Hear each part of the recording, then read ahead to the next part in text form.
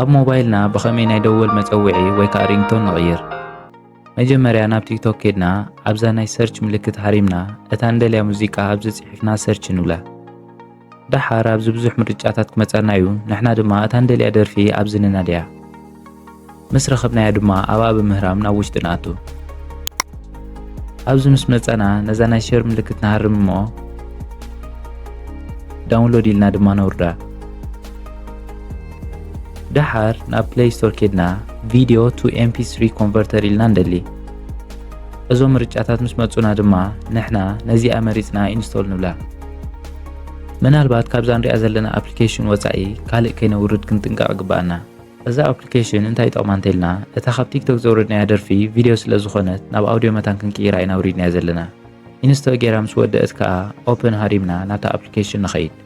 ምናልባት ከምዚ ናተይ ኣድቨርታይዝ ክመፀና ኽእል እዩ። ኮንቲኒዩ ቱ ዘ ኣፕ ኢልና ከዓ ናብታ ኣፕሊኬሽን ንኸይድ።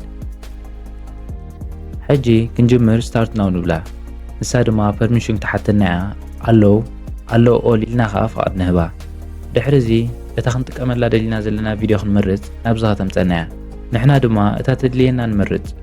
ኣነ ሕጂ እታ ካብ ቲክቶክ ዘውረድክዋ እዚኣ ስለ ዝኾነት ንዓ መሪፅ ኣለኹ። ድሕሪኡ ናብዛ ክትወስደኒ እያ። ቀፂልና ኣብዛ ፎርማት ትብል ዘላ ጠዊቕና ኤምፒ3 ንመርፅ።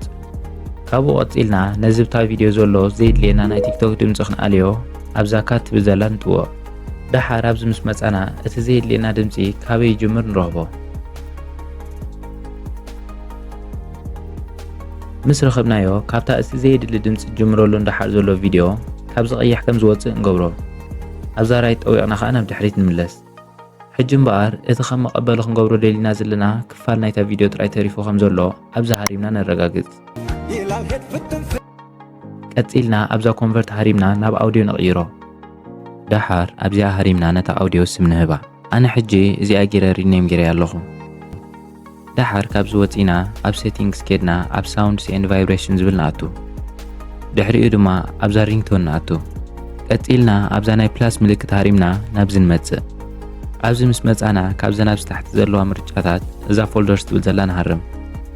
ኣብዚ ምስ መፃና ድማ ቪድዮ ቱ ኣውድዮ ዝብል ደሊና ኣብኡ ንኣቱ። ኣብኡ ምስ ኣተና እታ ናብ ኣውድዮ ዝቐየርናያ ኣብኡ ክትፀንሐናያ። ኣብኣ ድማ ሰሌክት ንገብር።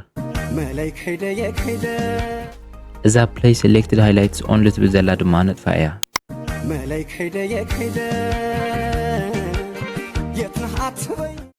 ኣብ መወዳእታ ከዓ ዳን ንብላ። ሕጂ እታ እንደልያ ደርፊ መቕበሊና ጌርና ያለና።